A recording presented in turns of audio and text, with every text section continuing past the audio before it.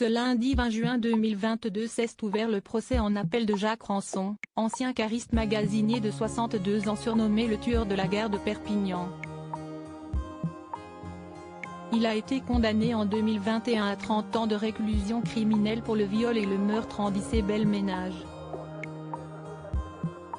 La jeune femme de 20 ans à l'époque était partie randonner et avait été retrouvée morte le 3 juillet 1986, à la lisière d'un bois, à une douzaine de kilomètres d'Amiens.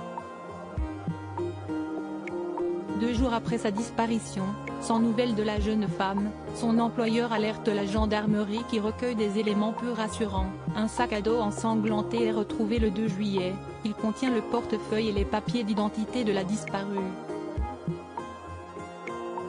2 jours plus tard, les gendarmes repèrent le corps sans vie et à demi dévêtu d'Issy-Belménage. Pendant 6 ans, les autorités ont cherché le coupable de la mort d'Issy-Belménage.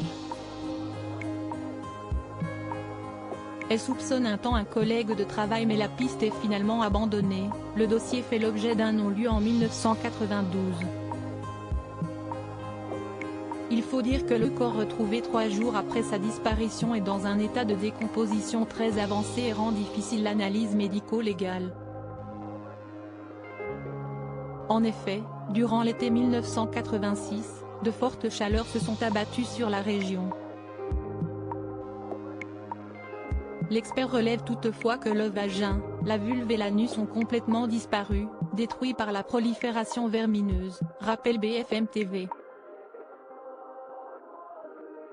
Les enquêteurs ratissent la zone du crime, mettent les maigres indices sous scellé et enchaînent les auditions de témoins afin de comprendre ce qui est arrivé à la victime.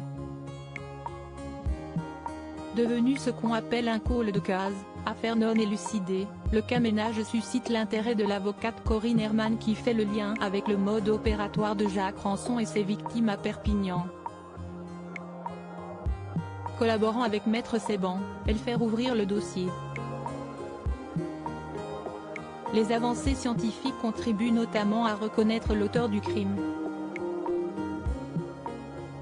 À l'époque, le légiste a imaginé que les insectes avaient commis l'ablation des organes génitaux. Or, on s'aperçoit que la section formait un angle droit, nécessitant forcément l'intervention d'une arme, a expliqué à BFM TV l'avocat Didier Seban.